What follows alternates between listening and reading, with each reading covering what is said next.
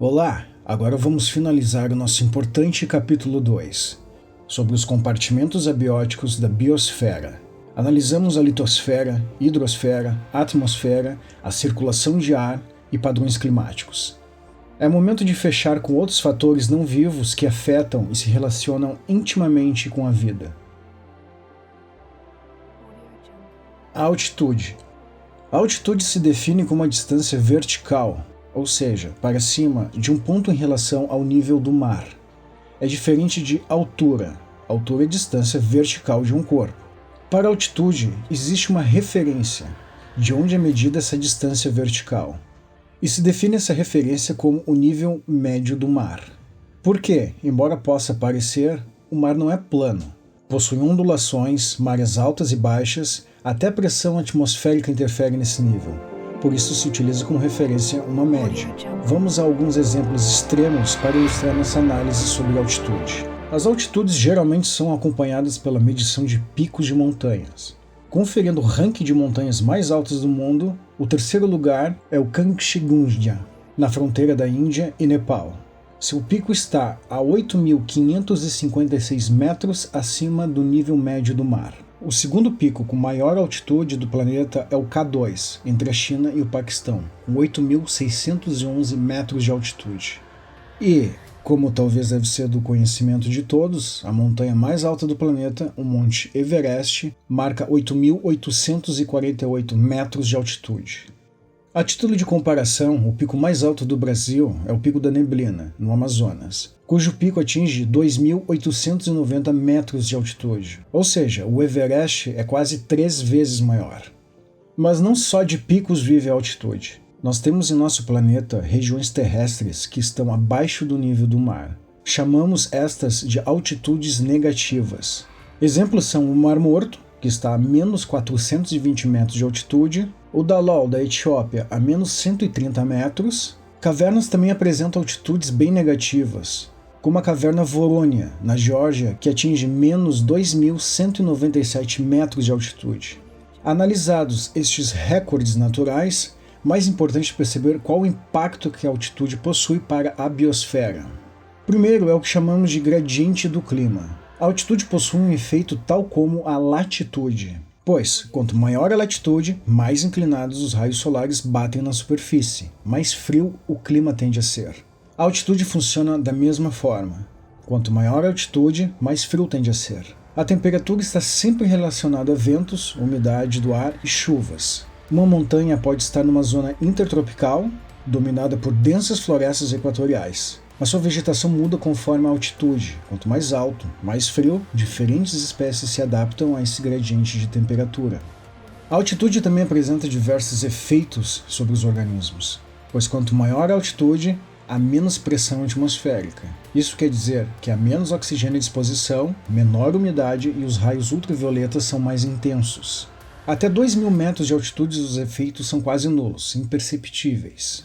A coisa começa a mudar um pouco a partir dos 2.300 metros, onde o oxigênio começa a ficar mais rarefeito. Em 3.000 metros, nossos batimentos cardíacos ficam mais acelerados, para compensar a concentração de oxigênio menor no ar. 4.000 metros de altitude já é acentuada a fadiga gerada pela concentração mais baixa de oxigênio. Já se torna mais complicado respirar. Em 5.000 metros, há apenas metade do oxigênio disponível em relação ao nível do mar. Lidar com essa condição já é bem complicada, tanto que não existem cidades fixas além de 5.500 metros de altitude. Até 6.000 metros a pressão atmosférica é muito baixa, que implica uma umidade do ar baixa também, portanto há risco de desidratação. Além disso, os raios ultravioletas são muito mais intensos e perigosos. Até 7.000 metros nós temos um clima extremo, pelo menos para o ser humano e a maioria dos animais e vegetais. A temperatura e a umidade são muito baixas. 8.000 metros é chamada zona da morte. A quantidade de oxigênio é tão baixa que sem um respirador o coração dispara para suprir essa falta, que pode levar a uma parada cardíaca. Nos oceanos que vamos encontrar as maiores altitudes negativas e ambientes extremamente inóspitos. Ao contrário da atmosfera, quanto mais alto, mais rarefeito o ar, menor a pressão. Nos oceanos, a pressão da água aumenta, quanto mais profundo se vai. A cada 10 metros, a pressão aumenta na medida de 1 atmosfera. Um exemplo extremo de recorde de mergulho é o alcance de 335,25 metros. O mergulhador experimentou 33 atmosferas de pressão. Levou 15 minutos nessa descida e 13 horas para retornar ao nível do mar. Todo esse tempo de subida vagarosa é necessária por causa da pressão que se encontra os gases que ele respira. Subir rápido demais expande rápido demais, criando bolhas de ar na circulação, uma situação que se chama de embolia, que pode facilmente levar à morte. Mergulhar, ainda mais em águas profundas, realmente é extremamente perigoso. Agora, você imagine o ambiente extremo do ponto mais profundo do planeta, a Fossa das Marianas, que mede 11.034 metros, uma altitude maior que o próprio Everest. O nosso próximo tema é o solo. O solo é a camada mais externa e consolidada da litosfera, ou seja, não tem uma estrutura imobilizada de uma rocha. O solo possui uma origem complexa.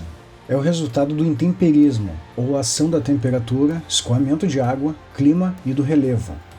Também é modificado pela ação dos seres vivos, principalmente bactérias e fungos. O solo, como se pode supor, é essencial aos seres vivos e suas dinâmicas, porque é o substrato ao qual as plantas crescem e retiram nutrientes para se desenvolver.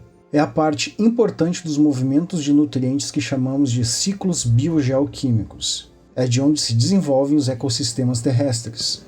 Existem muitos tipos, categorias de solos, como arenosos, argilosos, áridos, orgânicos. Este é um tema mais pertinente da geologia, mas sinta-se à vontade de fazer pesquisas pessoais e conhecer mais sobre tipos de solo. Salinidade. A salinidade é um fator abiótico muito determinante para a vida. É a medida, a concentração de sais em uma massa de água. Os sais são uma função inorgânica, da química. A salinidade interfere na densidade das águas, característica que influencia até a circulação das correntes oceânicas. A salinidade é muito estudada na biologia, pois a água é um solvente a qual dependemos para reações químicas biológicas. A diferença da concentração de sais leva ao movimento de moléculas de água, que chamamos de osmose. Ambientes com alta salinidade criam uma pressão osmótica, faz as células perderem água para o ambiente, desidratarem. Os organismos em ambientes de alta salinidade demonstram adaptações para lidar com essa situação. Para entendermos um pouco mais, vamos conhecer que, em média, os oceanos apresentam uma salinidade de 35 gramas por quilo.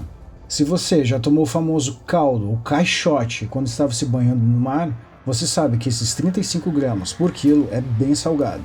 E temos extremos como o Mar de Aral e o Mar Morto, com respectivamente 348 e 326 gramas por quilo de salinidade. Ou seja, é 10 vezes mais salgado que a média dos oceanos. Realmente são concentrações que quase impedem a existência da vida, exceto alguns organismos extremófilos que são indivíduos adaptados a ambientes extremos. Esses halófitos, que se refere a organismos adaptados a ambientes de alta salinidade, algumas bactérias e poucos eucariontes como algumas algas. Eles conseguem lidar com esses ambientes que geram enormes pressões osmóticas. Então temos o pH, ou potencial hidrogiônico. A medida do pH é um fator bem importante, pois este afeta o funcionamento de enzimas, ou seja, do metabolismo dos seres vivos. O pH também influi na precipitação de metais pesados e na solubilidade de nutrientes, ou seja, os nutrientes possuem um pH ideal para estarem disponíveis às plantas e animais. Outra questão é sobre o pH no sangue. Sua alteração pode propiciar infecções e desenvolvimento de parasitas. Por conta dessas características que o pH influencia, ele se torna um importante indicador de qualidade da água.